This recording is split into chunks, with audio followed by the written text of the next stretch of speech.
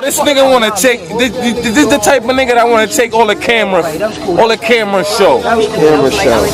He wanna be exposed. Like. Yo, what it do with the D's? It's your boy STZ, Center the Third to be exact, aka your host, Six Set Films. Yeah. And I'm here with, someone that y'all are very familiar with when it comes to my social media page and shit like that. Yes, sir. But I've never really got to really sit down with you. We've always been all kind of other shit. I never really got to sit down with you, but I got you here now. What's going on with you? Flizzy Rose, Flizzy Baby, Fly Tie, Young Dog. Yeah. What's going on with you, my guy? How you doing? Yo, I must say I'm happy to be here, and I'm honored to finally get this interview with you, because your interviews is, something legends is made of. You know what I'm saying? I feel like even if they don't get the look now, they about to go up. You know what I mean? So I'm honored. I'm honored. Truly. I appreciate that. So what the hell have you been up to? What's been going on with you as of lately? Yo, man, I'm just taking it a day at a time, man. Right now, we got the we got 100 nights coming. You know what I'm saying? Okay. And I'm saying my niggas first, cause I want to promote and make sure that my guys get the just due. I'm really into that at this moment. You know what I mean? So, we got 100 nights coming. I'm gonna scream that from the rafters. You know what I mean? And me and El Banco, we doing the podcast. It's going good, slowly rising. And I'm just taking it easy, man. I might go back in the vault and drop a mixtape. I got a lot of unreleased work. I've been slowly writing again, so. I want to do that. Okay. I even got a couple acting offers, man. I was asked to be in a play. I turned it down because of my schedule, but I may reconsider getting some acting roles going. Alright, get a little sad card. You never know where that take you, Yo, man. Flizzy's album, man. Oh. Well, how you go? What you say? Flizzy Chestnut? yo, I realize, you the #1 name giver, man. You know what I'm saying? I be trying to jump in that bag sometimes, but you really be giving out the names, man. I don't know, I've been tweaking. That shit's a gift, man. I wanna, before we speed things up, I wanna go a little back. I wanna take things back a little bit. Yeah. Where you from? As far as the city, borough. Where you represent? Where you from? Where did you grow up? Yo, I'm a representative of the Bronx. 15. Everybody try to, in our hood, they scream the corner. Okay. But I'm from 153 to 161. You know what I'm saying? Okay. I've been seen everywhere in there. I've walked everywhere, and that's my neighborhood. You know what I mean? I'm not just gonna wreck the corner. You know what I mean? Okay. The block starts at 153. Ain't really nothing back up to 161. You know what I'm saying? I feel like anybody in that neighborhood be seen in that vicinity. So I'm not repping the corners like that. I'm repping that whole area. You know what I mean? So that's where I'm from, the Bronx, Raw. Home of MU. You know what I'm saying? The birth of FTG. Birth of Boss Gang family. That's where I'm from. Kitchen Mafia. Shout out to the guys, man. That kitchen was epic, man. That was like the basement. You had to come up there and spit your best. You know what I mean? That's a fact. We're gonna get into that. We're very soon. We're gonna get into that kitchen shit. So, growing up, how was it for you growing up? Was you I don't want to go all the way back as a younger, but I'll say more just getting into teenage years. How was life growing up for you? How was it with peer pressure? How did you have to deal with peer pressure, if any, or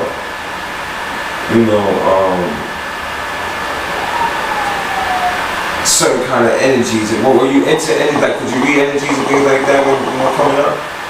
You know what?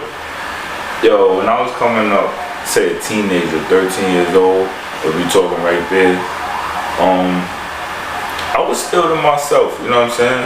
Still pretty, like, much a homebody, you know what I'm saying? My mom used to like to keep me in the house because I was a fighter, you know what I'm saying? And she wanted me to just be easy, not be out there starting no shit, so she was keeping me, you know, but my thing at that time was to go play ball. I used to walk down the Brotherhood, everybody be on the block, I used to go down there, Brotherhood, shout out to the old stadium. And I used to play ball by myself a lot, just early morning, you know what I'm saying? Afternoons, I'd be down there, you know? If I wasn't there, I was in the gym, you know, downstairs, boxing. At one point, I was going to do the Golden Glove, so I was training for that, you know? Epic. Good time, man. I never really experienced no peer pressure. I feel like everything that I did, you know, as a kid, it was fun. I was with it, like, yo, let's do it, whether it was right or wrong, you know what I'm saying? I got into it, so we was having fun, man. During those times, the hood was, everybody was outside. It was still old school, you know, the parents sitting outside, chilling out with the music, and, you know, just sitting in front of the building with the fold-up chairs, you know, guys up the block doing what they do. You know, when it would start to go down, you couldn't go past the middle store. You know, and I like that though. I miss that vibe where everybody was doing what they did, and you was protected in a way. You know what I mean? Nobody put you in harm's way. Everybody was like, yo, when it's going down, yo, go on, go move around. You know what I'm saying? Mm-hmm. Nobody was in harm's way. I miss that morale, that principle of, we don't want nobody in the midst of what we doing. We appreciate y'all, we love y'all, we respect y'all, we respect the parents. Wasn't nobody outside during, at least they got the heads up. You know what I'm saying? Yo, it's about to go down or whatever. Not to make it a violent thing, but you know, I like that. I like that people have respect for the community of, we doing wrong, but we ain't gonna put no casualties, you know what I mean? We ain't gonna put no civilians in the way, so. Yeah, around that time I definitely recall that. Word. So you mentioned like, you know, you was gonna do the Golden Glove thing, so what you just said, you know, was it your decision to say, you know, I'm not gonna do it, or was it, you know, anybody was, you know, pushing you towards it? Yeah, you know what? I got in the gym. This is ill, man. I heard my love this. Me and Chicken Hawk got into a fight, right? As kids, man, I remember us, I don't even remember why, because he was a live wire, I was a live wire. We about the same age, I think. He may be a year or two, but, you know, he came around the corner, we had a fight, and we was wilder, just kids just throwing haymakers, you know what I'm saying? And my brother Pops was in the boxing, and he was like, yo, listen, you was in there, but you know, you need to learn how to throw those joints a little better. So after that was kind of my start, you know. I was always kind of doing something. My mom tried to put me in karate, I was wild. She was like, yo, you need some discipline. So I went into karate, and then after karate I went into that. And yeah, it was cool, through him, through my brother's father, actually kind of like having a little career with kickboxing, I believe he did. I met a lot of fighters, a lot of dudes that did Golden Gloves, kickboxing, you know, a lot of good dudes that was just showing me the ropes when it came to that.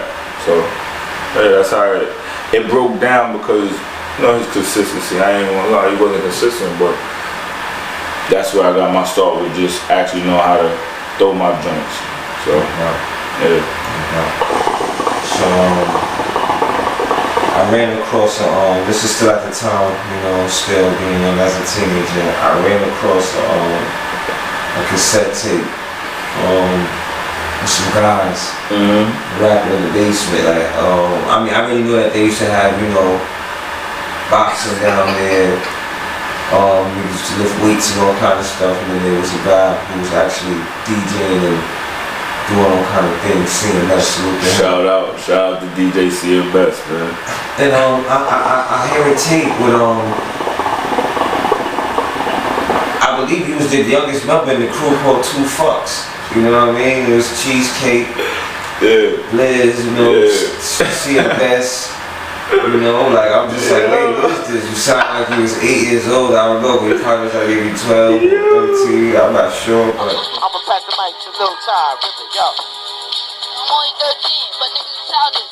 Yo, y'all play two games, wanna snap on niggas. Fuck y'all niggas, but when it comes down to it, y'all niggas ready to run. When it comes down to it, motherfucker, you run with me. I'm gonna bust a gap 3 times, and all y'all motherfuckers gon' fall. Yo, I ain't playing that game. Stay on the fucking block. Scared to go anywhere, pussy in the fucking block. Yo, y'all niggas scared of me. And you know I'm childish, but I'm scared of these. Yo, motherfuckers wanna put How did that happen? Like, when did you decide to just be like, you know what, no Golden Gloves, I'm rapping? Like, what was that all about? Yo, once again, man, shout out to my brother Pops, man. I'm gonna give credit where it's due. Shout out to him. He made a space for dudes that have a little studio. I wish it would have went a little longer and been a little bit more prominent. You know what I'm saying? But it definitely was some turntables down there, some recording devices, and that's how we kind of started. You know, just DJ CMS. He been in his bag since he was a kid. I hope that he do get his day in the light, because that's one dude I could say he been grinding with his thing since day one. You know what I'm saying? Since day one. Cancun, but another dude, he went from ball to music, and he been doing it since young. You know, a lot of dudes, but those two I do remember, like, they was doing their thing as kids. But yeah, DJ CMS, man, he was basically down there. James had that singing thing going, yo. A lot of dudes don't know that about James, man, but Blizz, man, he could hold the tune, man. And, you know, also, shout out to the young ladies, no disrespect, yo. If you was in the song, no disrespect, man, it was all fun and games. But, you know, some chick had fake ass diamond rings. Nah.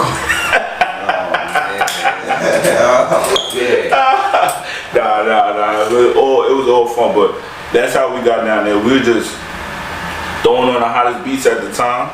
You know, a lot of Nori, a lot of Memphis Bleak and all that. I remember being at that time, man. We just rapping, man, just having fun, you know, and it was cool. Whatever happened to the Two Fucks crew? Like, what is your relationship with these guys? Like, could there ever be a Two Fucks reunion? Like, what's going on? Like, cause now that I think of it, like, you was really like the baby of the crew, man. Yeah, man. I was the Wayne at the time, right? Rapping at 8 years old. That's crazy. But yeah, hell yeah, man. Shout out Cheese. All them guys, man. I remember even Big Top passing through there, man. R.I.P. But hell yeah, man. If people still doing music, man, I like it. Yo, I'ma love music till the day I go, because music is just something that you could express yourself. You know what I mean? I'm not really like one of the people like planning to blow up, and you know what I mean? I just do it because I like to do it. You know, if I drop anything ever in my life, it's just gonna be because for the love of it. I never really had plans for music. You know, I wasn't somebody that's like, yo, I want to get rich off it. It's just what I was doing. When I heard it, I said, yo, I could rap something. I heard people rapping, I could rap, you know what I mean? So that's how I kind of got my start. And as you get older, you know, you go through things, and that was my outlet. You know what I mean? I ain't talk much. So I was like, yo, let me write. So I got duffel bags full of raps, duffel bags, book bags, everywhere in my crib. Like, if more than likely, if you open a bag in my crib, there's gonna be some old pictures and my old raps. You know what I mean? So, like, who was the? I mean, of course, like those instrumentals that you guys actually. Of course, those instrumentals that you guys actually were rhyming over at the time were some of the songs that inspired y'all. But like, give me some names of some people at the time that were really like guys that, you know, that you listened to and was just like, yo, you know, like, I could do this shit, man. Like, yo, my first actual album, like CDs, was Mariah Carey, Biggie, and Jay. Before that, like tapes, House of Pain, and maybe like Terry Campbell or something. You know what I mean? I used to listen to music at night. You know what I mean? So I'll put it in tape deck and that's how I rock. House of Pain was definitely Jump Around.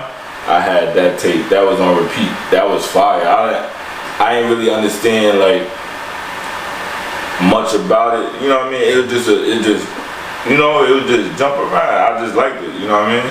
I ain't really. That was my time when I started getting into music.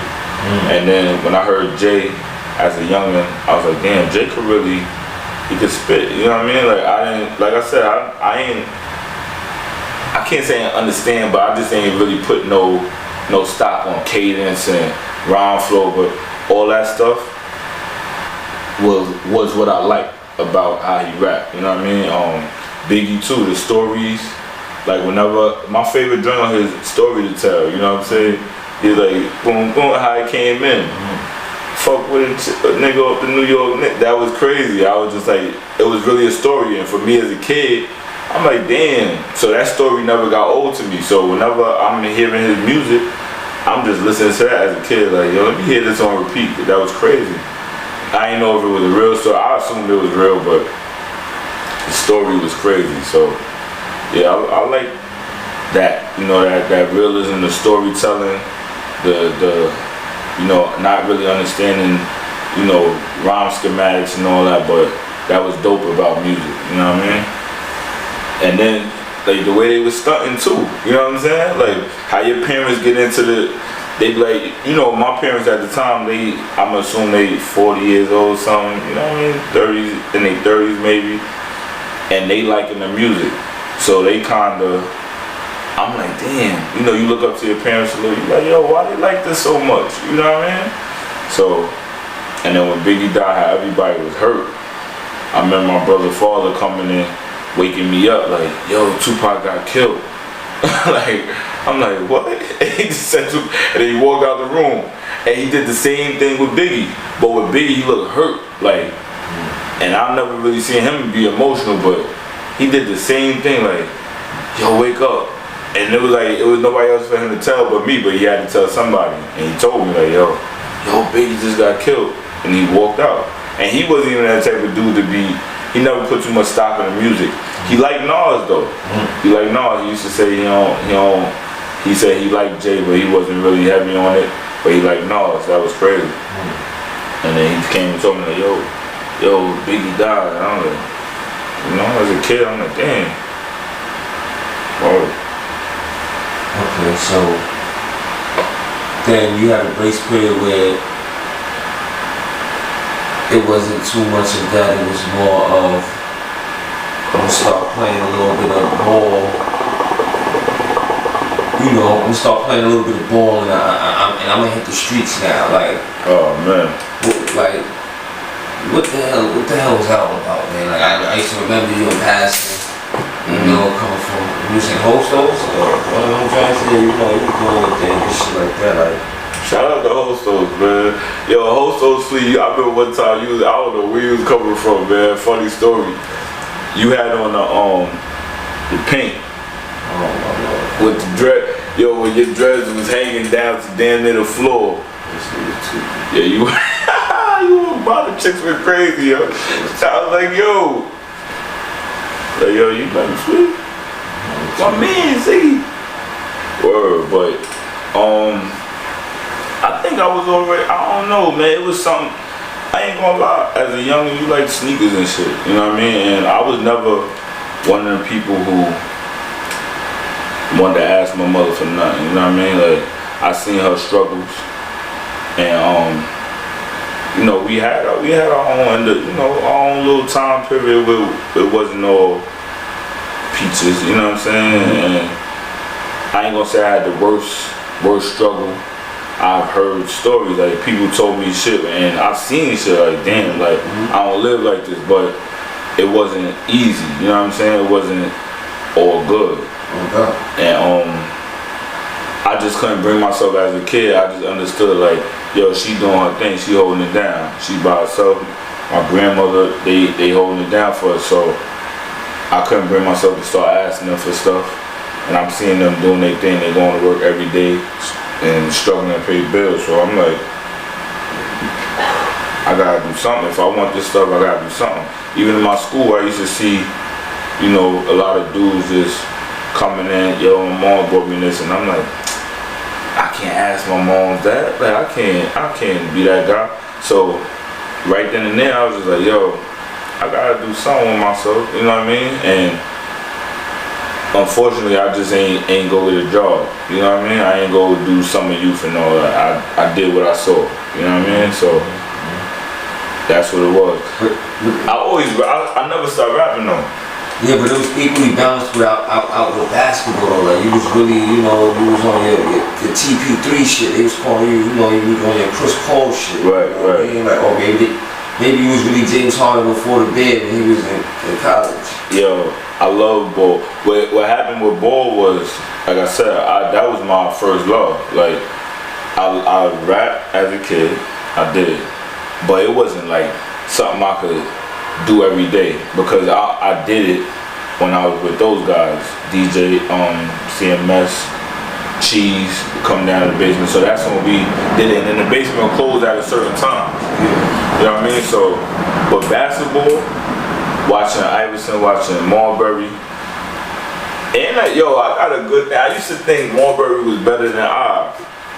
You know what I'm saying? I ain't gonna lie, yo, and that might be blasphemy. It might be. No, because it ain't really blasphemy. I could kind of understand where you coming from with that. It ain't really blasphemy, but Marbury really don't get a lot of credit due to what he put in the motherfucking game. Like his name don't get mentioned, and it should get mentioned as an Iverson, or maybe more than an Iverson, because he put in pain on many different teams. So, yo, what I used to say, right? All right, so this is how I came to that point. Iverson was everything as a kid that you kind of want to be, right? You want the ice, the moves, the flash. You want to be on ESPN.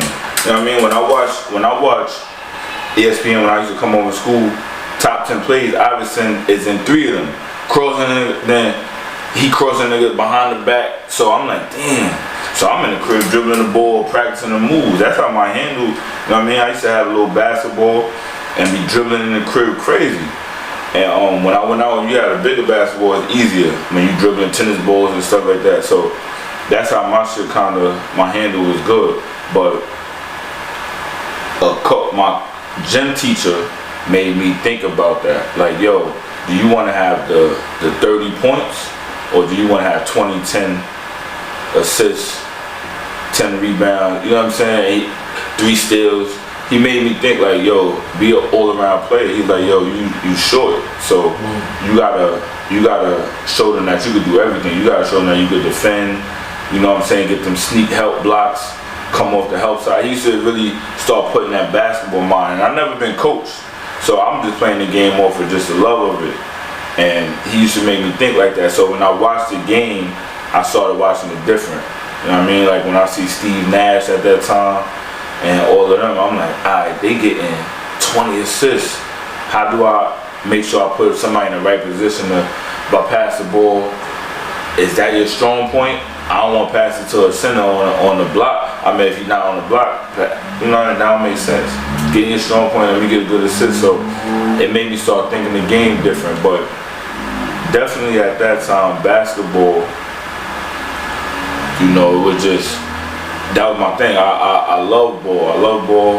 I never stopped. And in high school, that's what we used to do. We used to play ball all day. I'll come in 6 in the morning. My gym teacher opened the school, that side. Because, you know, Hostos at that time had the high school side and the college side. He come in, college side, open the gym. He said, yo, if I'm here, you come in. And he used to come in early for me, let me ball out. And I was doing that early in the morning. And then unfortunately I'll leave school right after. I might go to homeroom and then I'm out, yo. You know what I'm saying? I wasn't doing the right thing. I kept playing ball. You know what I mean? So you were scorching the streets of New York City's basketball courts, mainly 161st Street, Old Brotherhood, but other places as well throughout the summers for about 3-4 of them, and then you end up going off to college. You end up going off to school switching from, because that was high school or that was college you was in when you was in Oakland? I was in high school. Okay. And we used to play, we used to have some wars with Cardinal Hayes, man. Okay. They little basketball team would come over there. We'd kill them, yo. Shout out to my little five. We had the five like Ray Allen and he got game. Like, who got next? You know what I mean? We come over there, right to Francine. And that's what we'd do. Right after school, Cardinal Hayes come over there. They be other dudes. It wasn't really popping like Brotherhood was, but it had its time. You know what I mean? With right after summer when school started, it would still be dudes balling up there, and then when the summer coming back at 3-4 o'clock, that joint be lit. Like with mostly high schoolers, but like I said, the high school basketball team Cardinal Hayes come over there. It's good competition. You know what I mean? A way to stay sharp. So we did that. Sometimes like I said, I was cutting school, so sometimes I just come back over there and just, that'd be my day. I had to get out the house before my moms came in. I couldn't be there all day, so, you know. Word. Okay, so we're going to speed it up a little bit now. We're going to get a little bit into the whole boss gang thing. Like, I know that was kind of, I guess they maybe that was, you could let me know maybe that was fun while I was away in college in '86 and FY or something like that, but how did that come about? Who named it? Like how did that whole thing formulate? Boss gang. We were just trying to figure out a name. We were definitely trying to figure out a name. Well, in college, I'm gonna say it like this. We was rapping in college. Mike ain't really, he probably was still rapping, but Mike was doing his own thing, you know what I'm saying? Mike in college, we would come too, but more like, Mike lived off campus. That was first. Mike lived off campus. So me and El stayed on campus, and it was a little bit more live on campus, you know what I mean? So my man Joe Crack, yo, it was a white boy. Shout out to Joe Crack. He had the little studio, so that's how we kind of got back into it. And MySpace was popping at that time, so in L we had put up like, I don't know if it was 2 or 3 songs, but we put it up with a little music page. You know what I mean? This was when Drake was coming, Wiz, Currency, Nip, all of them was starting to come. So we was starting to just try to rap, you know what I mean? Try to like do it on that scale. Like I said, Mike wasn't really, he'd be around, but he wasn't like around at this point, you know what I mean, because he was off campus. But that's how we got into the rapping in college, you know what I mean? And college was cool. That was another thing, like, if I could go back, I'd do it a little better, you know what I mean? Just a little bit better. I didn't really focus on that. It's like you took me from the hood to another hood. The college I went to wasn't the best. It was in Mohawk Valley and Utica. Niggas go OT in Utica. You know what I'm saying? So you just took me from what I'm doing to a place where I could get it even better. You know what I mean? And, that's what I did. So I ain't really focused on the schooling part, but it was cool. It was definitely fun. It was some hilarious stories, man. We would need a whole interview just for that. Like, you know what I'm saying? And I ain't gonna lie, we would need L here. We would need a couple niggas here because that was epic, yo. College, that was fun. That experience I wouldn't trade for nothing, but I would do it over. You know what I mean? Just do it a little bit better.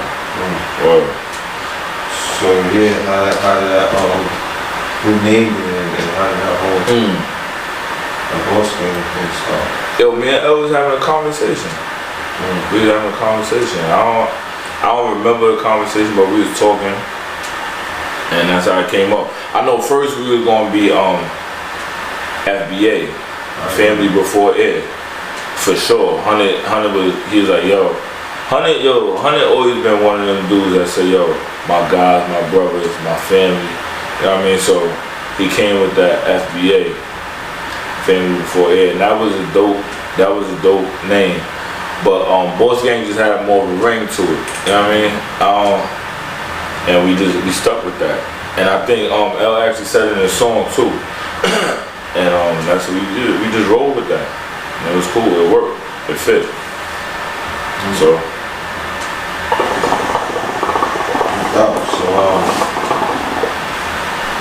What was the whole formula, the whole chemistry like, you know, as far as like getting the projects out? Man, at first I think I could say Honey was in jail, or he was in Virginia. I don't know if he was in VA or he was in jail, but he wasn't there. He wasn't there at first. I remember Rev, he was working at like a little radio station, DSN or something like that, but even before that, I think Rev was after school he was doing like some studio work or something. His school had like some studio thing, so he was doing something with that. So he had the computer program, just a recording program on his computer, and I started recording in the crib.